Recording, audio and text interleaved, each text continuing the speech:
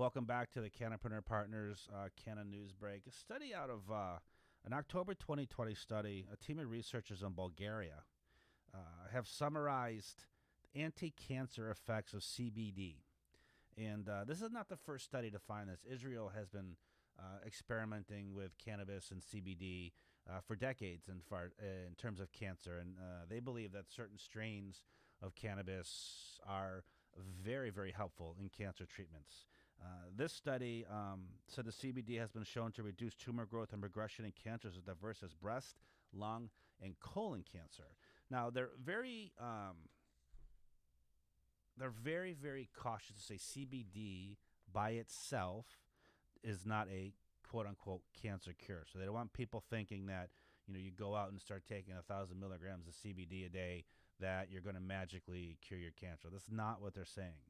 What they are saying is that, for instance, breast cancer, CBD has an inhibitory effect on breast cancer cells, breast tumor cells, specifically the MCF7 cell line, which is frequently used in research on cancer treatments. Researchers found that CBD exerts a more powerful action in halting the spread of breast cancer cells compared to other cannabinoids. Same thing with lung cancer.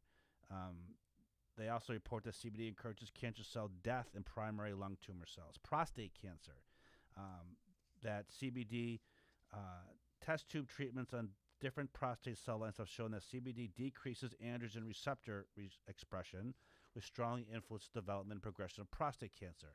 Inhibiting the activity of these receptors may delay prostate cancer progression.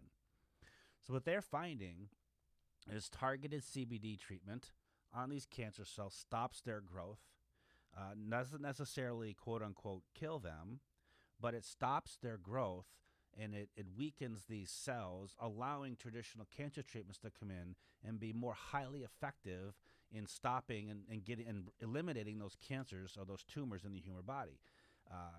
CBD has very few, if any, side effects. So unlike chemotherapy, which anyone who's ever known anyone who's gone through chemotherapy, it is a less than pleasant experience. And so the thought is that in conjunction with CBD, the intensity of certain chemotherapies can be relaxed. Therefore, maybe, because this is all research, it's tentative, reducing some of the ravages of chemotherapy on the body while you're trying to kill the cancer cells. So it's very, very, very, very encouraging that we have this, and there's studies going on. It's really a tragedy that it's Bulgaria, it's Israel, it's Canada, and not the U.S. that's coming to these things, because we still aren't testing on cannabis because it's a Schedule I narcotic, which is quite possibly the dumbest thing our government is currently doing right now.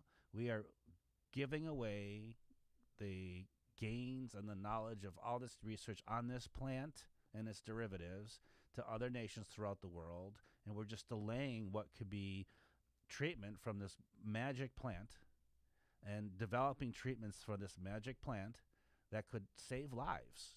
And we're not doing it, and there's no legitimate reason we're not doing it. So that's a shame. I really hope it changes soon, but no matter what country you're seeing these studies from, they're all saying the same thing, that this plant has amazing potential, and globally we need to be studying it, which most nations are, but the U.S. needs to get its act together and start seeing what this plant can do. Get rid of the pharmaceutical influence in the industry, get rid of the pills and the lotions and stuff like that, and let's see what this plant can do in conjunction with some of those medicines.